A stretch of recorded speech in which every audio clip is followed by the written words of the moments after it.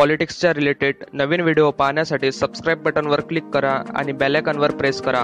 तेव्हा तुम्हाला भेटतील लेटेस्ट अपडेट सर्वात पहिले. नमस्कार मित्रांनो, मी आकाश आणि स्वागत आहे तुमचं आकाश खैरकर युट्यूब चॅनलमध्ये. मित्रांनो, लोकसभेचा रणसंग्राम सुरू झालेला आहे आणि अशा वेळेस मतदार यादीमध्ये आपलं नाव आहे का आणि ते कसं शोधायचं हे मी तुम्हाला आज या व्हिडिओच्या माध्यमातून सांगणार आहे.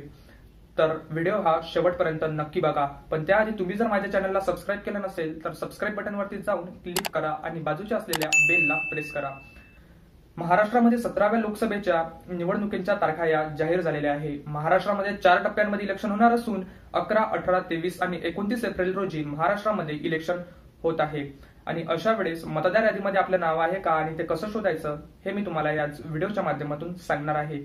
त्यासाठी निवडणूक आयोगाने एक स्वतंत्र असं वेब पोर्टल तयार करून त्यावरती आपलं मतदार यादीमध्ये नाव आहे का ते आपल्याला दिसणार आहे आणि आपलं मतदार केंद्र कुठल्या भागामध्ये आहे ते सुद्धा दिसणार आहे.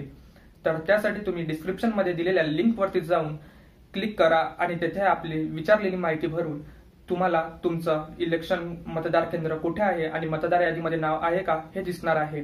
ज्या कुणाला आपलं मतदार यादीमध्ये नाव आहे का आणि ते दिसत नसेल तर त्यांनी कमेंट बॉक्स मध्ये जाऊन आपल्या इलेक्शन कार्ड वरील नंबर टाईप करून आपला लोकसभा मतदारसंघ कुठला येतो त्याचा उल्लेख करायचा आहे, जेणेकरून मी तुम्हाला त्याचं प्रतिउत्तर डिस्क्रिप्शन मध्ये दिलेली लिंक आपल्याला गुगल मध्ये जाऊन ओपन करायची आहे. गुगल मध्ये गेल्यानंतर आपल्याला चीफ इलेक्टोरल ऑफिसर महाराष्ट्र नावाने वेबसाईट आहे. वेबसाईट ओपन झाल्यानंतर आपल्याला एक ऑप्शन दिसेल जिथे search your name in final electoral roll 2019 असं ऑप्शन आहे. त्या ऑप्शनवरती क्लिक करून आपल्याला सर्च युअर नेम बाय असं एक ऑप्शन आहे आणि त्यावरती नेम वाईज आणि आयडी कार्ड वाईज आपल्याला असे 2 ऑप्शन दिसतील. तर आपल्याला आयडी कार्ड वाईज नाव आपलं सर्च करायचं आहे. तर मी माझा अमरावती जिल्हा सिलेक्ट केल्यानंतर आपल्याला आपला आयडी कार्ड नंबर येथे पेस्ट करायचा आहे. त्यानंतर एक कॅप्चा येईल आणि तो कॅप्चा आपल्याला फिलअप करायचा आहे.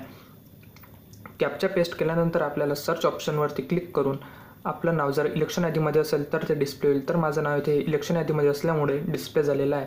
त्यानंतर आपल्याला 3 ऑप्शन मिळतील: पोलिंग सेक्शन, फॅमिली आणि व्ह्यू PDF. आपलं मतदान केंद्र आपलं मतदान हे कुठल्या मतदान केंद्रावर आहे ते बघण्यासाठी आपल्याला व्ह्यू PDF वरती क्लिक करायचं आहे. व्ह्यू PDF वरती क्लिक केल्यानंतर आपल्याला आपला मतदान केंद्र आणि अनुक्रमांक हा डिस्प्ले होईल आणि आपलं मतदान केंद्राचं नावसुद्धा आपल्याला बघायला मिळेल.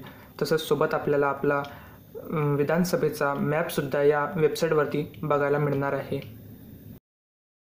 मित्रांनो, तुम्हाला व्हिडिओ कसा वाटला ते मला कमेंट बॉक्स मध्ये सांगायला अजिबात विसरू नका.